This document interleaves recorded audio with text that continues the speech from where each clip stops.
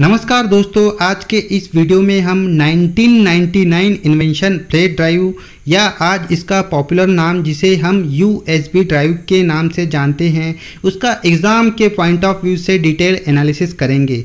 Flash drive एक छोटा ultra portable storage device है। इसे अलग अलग नामों से भी जाना जाता है और दोस्तों एग्ज़ाम में ये पूछा भी गया है, जैसे USB, data stick, pen drive, chain drive, memory unit, kitchen drive, thumb drive और जंप ड्राइव के नाम से इसे जाना जाता है। ये पेन शेप का दिखाई देता है, इसलिए इसे पेन ड्राइव भी कहा जाता है। यह कंप्यूटर में USB पोर्ट के माध्यम से जुड़ता है। फ्लैश ड्राइव कंप्यूटर के बीच जानकारी को स्टोर करने और ट्रांसफ़र करने का आसान तरीका है, अर्थात इसके माध्यम से हम लोग फाइलें ट्रांसफ़र भी कर सकते हैं। पेन ड्राइव की शुरुआत सन 2000 में 8 मेगाबाइट से शुरू हुई थी। इसे दोस्तों जब पहली बार मार्केट में उतारा गया था तब इसकी जो साइज़ थी वो 8 मेगाबाइट थी। वर्तमान में इसकी रेंज 2 GB से लेकर 1 TB तक हो गई है। 2 गीगाबाइट से लेकर यह 1 टेराबाइट तक मार्केट में उपलब्ध है। जब पेन ड्राइव का आविष्कार हुआ था तब फ्लॉपी डिस्क का इस्तेमाल किया जाता था और इसकी जो स्टोरेज कैपेसिटी भी काफ़ी कम होती थी। दोस्तों जब पेन ड्राइव नहीं था तो एक CD से भी छोटा एक कॉम्पैक्ट डिस्क होता था, फ्लॉपी डिस्क के नाम से जिसे जाना जाता है, तो उसके माध्यम से डाटा को ट्रांसफ़र करने का काम किया जाता था। एग्ज़ाम के पॉइंट ऑफ व्यू से जो कुछ महत्वपूर्ण बातें हैं वो भी हम लोग देखते हैं। फ्लैश ड्राइव में केवल एक एकीकृत सर्किट मेमोरी चिप होती है जो डेटा को स्टोर करने के लिए उपयोग की जाती है। दूसरा जो पॉइंट है दोस्तों, फ्लैश ड्राइव में डेटा को ट्रांसफ़र करने के लिए एक इंटरफेस का इस्तेमाल किया जाता है, उसका नाम है यूनिवर्सल सीरियल बस। दोस्तों कई बार एग्ज़ाम में पूछा भी गया है कि USB का पूरा नाम क्या है, तो यूनिवर्सल सीरियल बस जो कि इसका इंटरफेस है, तो ये आपको याद रखना है। उसके बाद फ्लैश ड्राइव को ऑपरेट होने के लिए कोई भी एक्सटर्नल पावर सोर्स की ज़रूरत नहीं होती। और चौथा जो पॉइंट है दोस्तों कि यह एक अल्ट्रा पोर्टेबल स्टोरेज डिवाइस है। तो ये जो चारों पॉइंट है इससे संबंधित प्रश्न आए हैं तो ये आपको याद रखने हैं। उसके बाद दोस्तों बात करते हैं पेन ड्राइव के स्ट्रक्चर और वर्किंग की।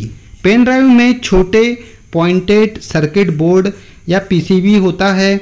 ये सर्किट बोर्ड पेन ड्राइव के स्ट्रक्चर को एक सॉलिड बेस प्रदान करता है और इन्फॉर्मेशन को कलेक्ट करने के लिए एक मीडियम की तरह काम करता है।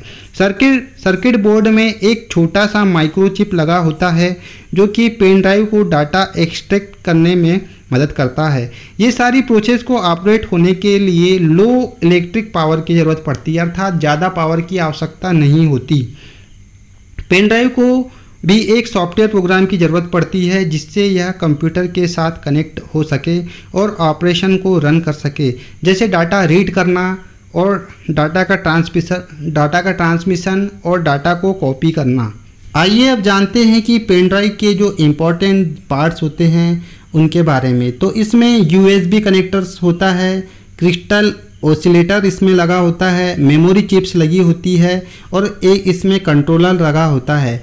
ये सारे पोर्ट कंप्यूटर से कनेक्ट करने पर ऑटोमेटिकली एक्टिवेट हो जाते हैं। आजकल के स्पेशलाइज्ड टेक्निकल कंपनीज इन पेन ड्राइव को इम्प्रूव करने के पीछे बहुत तेज़ी से काम कर रहे हैं और पिछले कुछ वर्षों में पेन ड्राइव में काफ़ी इम्प्रूवमेंट देखने को मिले हैं।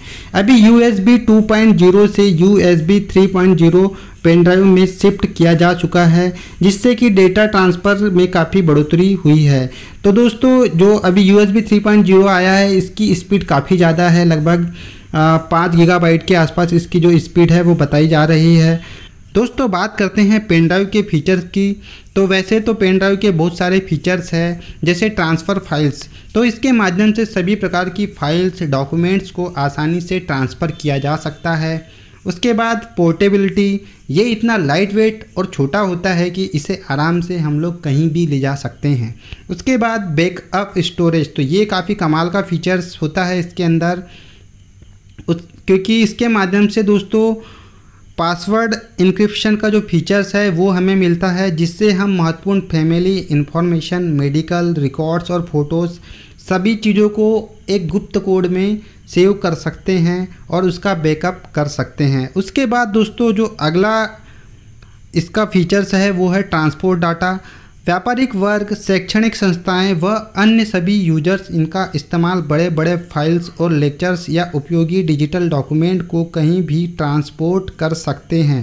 अर्थात दोस्तों जो बड़ी बड़ी डॉक्यूमेंट फाइलें होती हैं और हमें एक स्थान से दूसरे स्थान पर ले जाना है तो पेन ड्राइव सबसे अच्छा माध्यम होता है जिसके माध्यम से हम लोग डाटा को ट्रांसपोर्ट कर सकते हैं। दोस्तों अब बात करते हैं पेन ड्राइव के इतिहास की या फ्लैश ड्राइव के इतिहास की। तो सबसे पहले IBM कॉरपोरेशन अमेरिका ने डिस्क ऑन की के नाम से और सिंगापुर की कंपनी ट्रैक टेक्नोलॉजी ने थंब ड्राइव के नाम से एक मॉडल को सन 2000 में पहले USB फ्लैश ड्राइव के रूप में मार्केट में बिक्री के लिए उतारा था।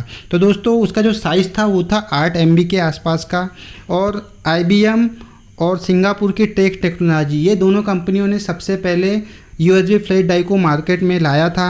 उसके बाद IBM के इस फ्लैश ड्राइव को अप्रैल 1999 में दोस्तों इसे विकसित किसने किया था, तो इसे IBM के द्वारा 1999 में M सिस्टम की सहायता से, जो कि इजराइल की कंपनी थी, उसने विकसित किया था।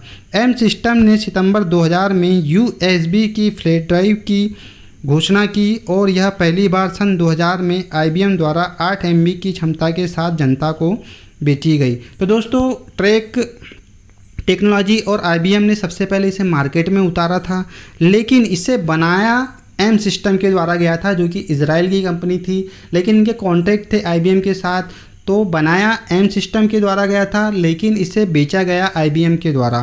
तो इसे बनाने का जो श्रेय है दोस्तों वो M सिस्टम को जाता है। और बाद में M सिस्टम कंपनी का जो अधिग्रहण है वो सन 2006 में सैनडिस्क, जो कि आज लोकप्रिय ब्रांड है। दोस्तों आज आप सैनडिस्क का नाम काफ़ी सुनते हैं पेन ड्राइव के फील्ड में। तो M सिस्टम कंपनी का अधिग्रहण 2006 में सैनडिस्क, जो कि आज लोकप्रिय ब्रांड है, इसके द्वारा इसे खरीदा गया और सैनडिस्क वर्तमान में अमेरिका की कंपनी है। तो दोस्तों यदि आपको मेरा वीडियो अच्छा लगा हो तो मेरे वीडियो को ज़्यादा से ज़्यादा शेयर करें, मेरे चैनल को सब्सक्राइब करें, लाइक करें, कमेंट करें। धन्यवाद दोस्तों। जय हिंद, जय भारत, वंदे मातरम।